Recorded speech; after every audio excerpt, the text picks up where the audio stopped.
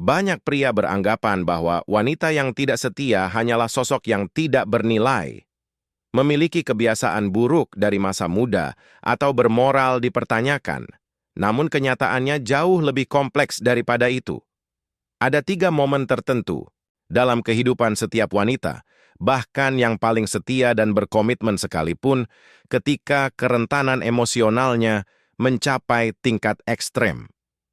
Pada saat itu, keinginan mereka akan hubungan intim dan koneksi emosional bisa menjadi sangat kuat, tanpa memperhatikan siapa pasangannya atau apa konsekuensinya.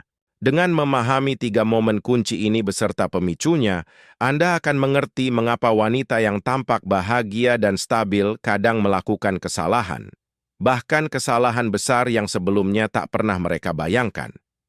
Hari ini, saya akan menjelaskan dengan jujur 3 momen kerentanan ekstrem wanita saat kebutuhan emosional dan fisik bisa sepenuhnya mengalahkan penilaian rasional. Tetaplah menonton sampai akhir, karena momen ketiga adalah yang paling berbahaya dan paling jarang disadari sampai terlambat. 3 minggu lalu, seorang wanita berusia 41 tahun datang ke kantor saya, benar-benar hancur oleh rasa bersalah. Wanita ini adalah seorang profesional sukses, ibu yang berdedikasi, menikah selama 16 tahun dengan seorang pria yang baik, namun ia melakukan hubungan satu malam dengan seorang pria yang nyaris tidak dikenalnya.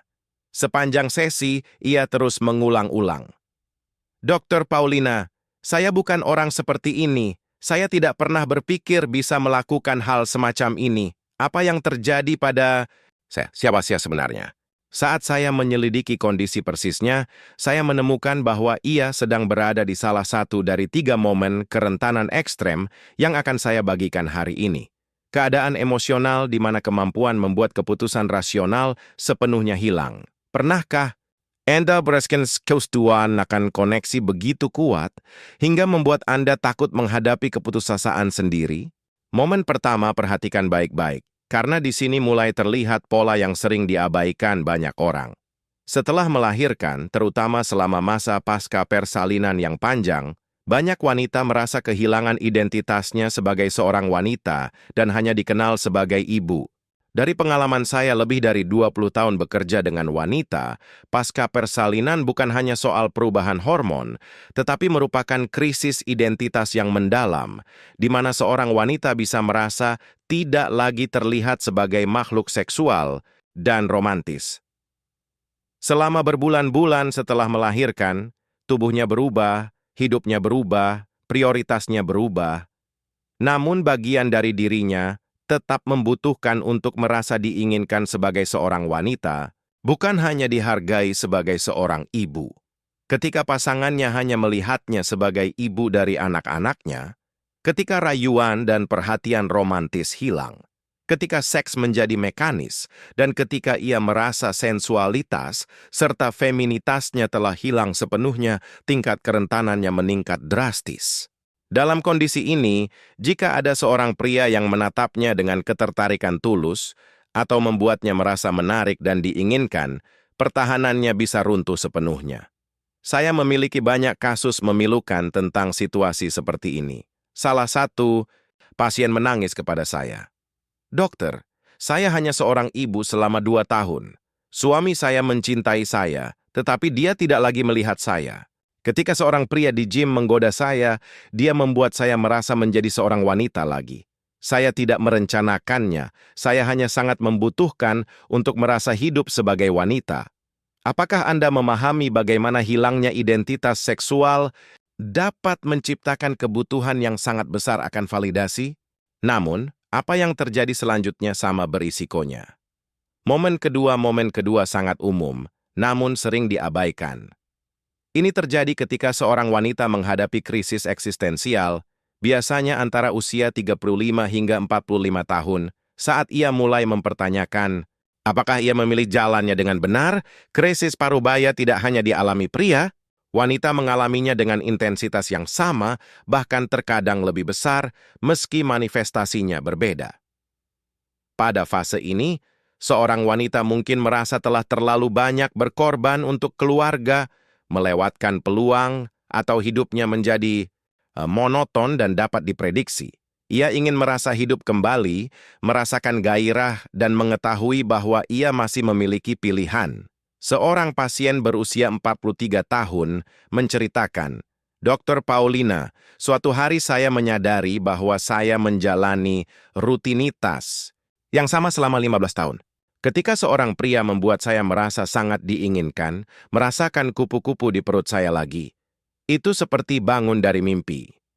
Itu tidak membenarkan apa yang saya lakukan, tetapi pada saat itu saya sangat membutuhkan perasaan bahwa saya masih hidup. Pernahkah Anda mempertanyakan apakah hidup Anda benar-benar seperti yang Anda inginkan? Momen ketiga kini, kita sampai pada momen ketiga, yang paling menghancurkan dan berisiko tinggi. Salam khusus untuk penonton dari Republik Dominika, Venezuela, Peru, Ekuador, Paraguay, Uruguay, Panama, Argentina, Spanyol, Prancis, dan Amerika Serikat. Terima kasih telah mempercayai cara jujur dan langsung ini dalam membahas topik-topik sulit yang banyak orang hindari. Momen ketiga terjadi ketika seorang wanita menghadapi krisis emosional yang ekstrim, seperti kehilangan orang yang dicintai, penyakit serius, perceraian baru, atau trauma mendalam yang membuatnya merasa dunianya runtuh. Di saat-saat ini, bagian primitif dari otaknya mencari koneksi dan kenyamanan, sesuatu atau seseorang yang membuatnya merasa tidak sepenuhnya sendirian dalam penderitaan. Jika ada seorang pria yang menawarkan kenyamanan emosional tulus, mendengarkan tanpa menghakimi, dan membuatnya merasa dipahami, hal ini bisa berkembang menjadi ketergantungan emosional yang terkadang berubah menjadi hubungan fisik. Saya teringat seorang pasien berusia 38 tahun yang berselingkuh saat ibunya meninggal. Ia berkata, "Suamiku mencintaiku, tetapi tidak tahu bagaimana menemani kesedihanku. Pria lain ini hanya memelukku saat aku menangis, mendengarkan berjam-jam, membuatku merasa tidak sendirian. Keintiman fisik hampir menjadi hal kedua. Yang saya butuhkan hanyalah merasa dipahami." Sekarang jelas mengapa wanita yang tampak bahagia dan berkomitmen bisa jatuh ke dalam tiga momen ini. Bukan karena mereka jahat atau tidak mencintai pasangan mereka, melainkan karena kerentanan ekstrim yang membuat kemampuan rasional kalah oleh kebutuhan emosional yang mendesak. Pasca persalinan, sangat ingin merasa menjadi wanita lagi. Krisis, paruh baya, sangat ingin merasa hidup. Trauma emosional mendalam, sangat ingin merasa tidak sendirian. Bijak bukan berarti menghakimi kerentanan ini, tetapi mengakuinya dan meningkatkan koneksi ketika dibutuhkan. Pasangan baru saja menjadi ibu, buat dia merasa diinginkan sebagai wanita. Dia mulai mempertanyakan hidupnya, ciptakan gairah dan hal baru dalam hubungan. Dia sedang mengalami rasa sakit mendalam, hadir secara emosional dengan cara yang mendukung. Dan, ingat sama seperti wanita, pria juga memiliki momen kerentanan ekstrim. Memahaminya di kedua pihak bisa menjadi perbedaan antara melindungi hubungan atau kehilangannya. Di video berikutnya, saya akan membahas cara membangun kembali kepercayaan dan koneksi ketika salah satu atau kedua pasangan melewati momen kerentanan. Sekarang saya ingin tahu, bagian mana dari topik ini yang paling membuat Anda berpikir, apakah Anda mengenali salah satu momen ini dalam hidup Anda sendiri atau orang dekat Anda? Bagikan di kolom komentar dengan jujur. Kami tidak menghakimi, kami memahami. Berlangganan, aktifkan notifikasi, dan bergabunglah dengan Love in History. Ingat, mengakui kerentanan bukan membenarkan kesalahan, tetapi memahami sifat manusia agar kita bisa melindungi diri lebih baik.